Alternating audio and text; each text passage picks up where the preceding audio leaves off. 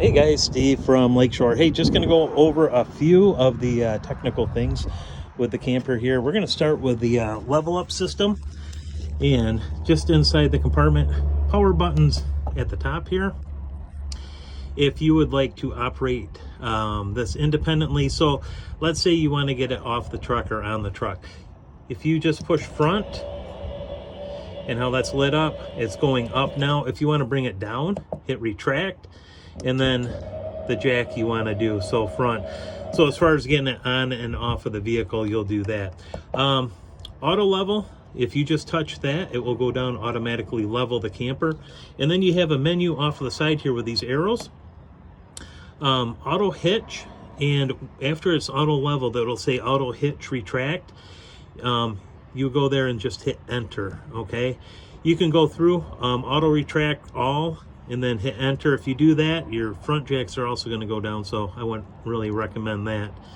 Auto retract rear, those are up already, but you would just hit enter to do that if you wanted to do that. And then manual level, enter to begin, and then you can just independently operate all these. So that's going to be kind of the gist of the auto leveling system there. And then you can just turn it off, otherwise it will time out and turn itself off.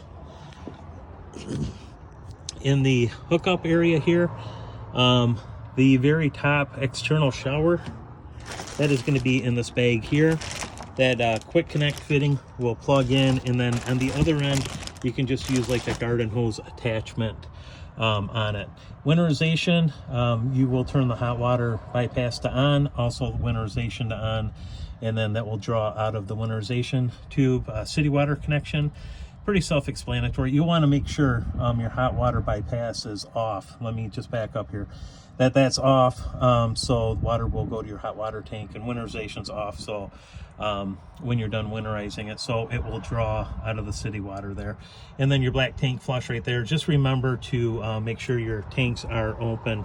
Your valves open when you're using that black tank flush. I'm going to close those up right there. And then your discharge is just underneath, and then you have a sticker right here for the other gray tank, which is right underneath there.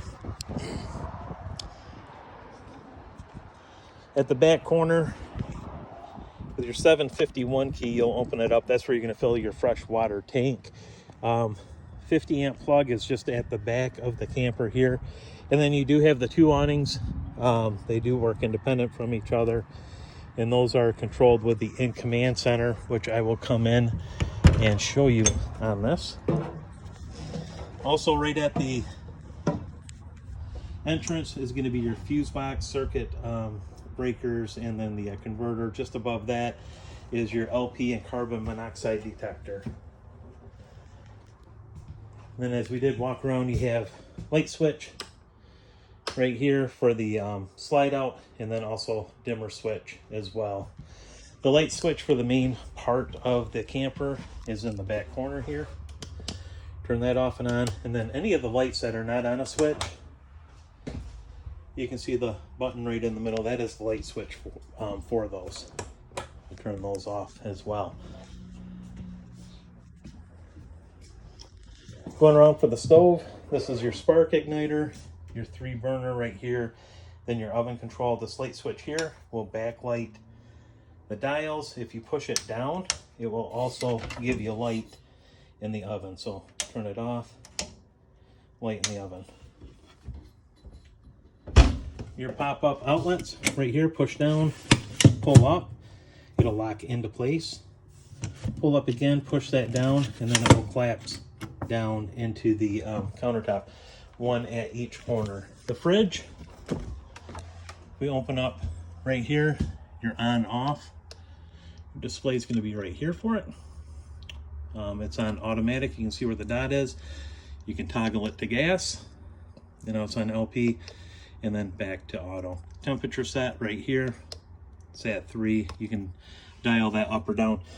And then there are also instructions, operating instructions inside of the freezer itself. The in command center, I'll go through this. When you turn it on, it's going to ask you for a passcode. It's going to be 400000, and it'll get to the main screen. If you get into a screen and you want to get back out, you can hit return, or you can hit home and it'll get you back to the home screen here. Heating and cooling, we turn that on, the front AC. You turn it on. Right there, you can run the fan if you'd like. Next, you can switch to cool. And it's 76 up in the bedroom.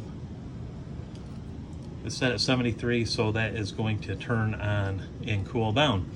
The next position would be to off, okay? And then, so you can toggle through. We'll keep the air on for just a second. Now, if you toggle this way, the arrow, you have your rear AC. You can, again, fan option, cool, heat, automatic, and then back to off. So we'll turn it to cool. It's set at 72 degrees. The zone is 75 in here.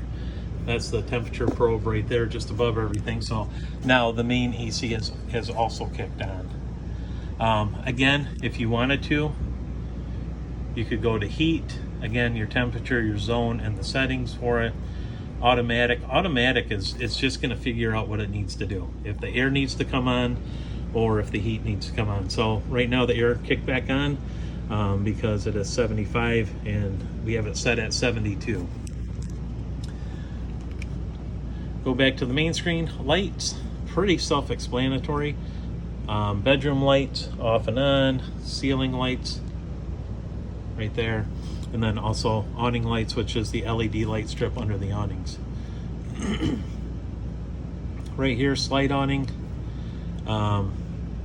slide outs and awnings.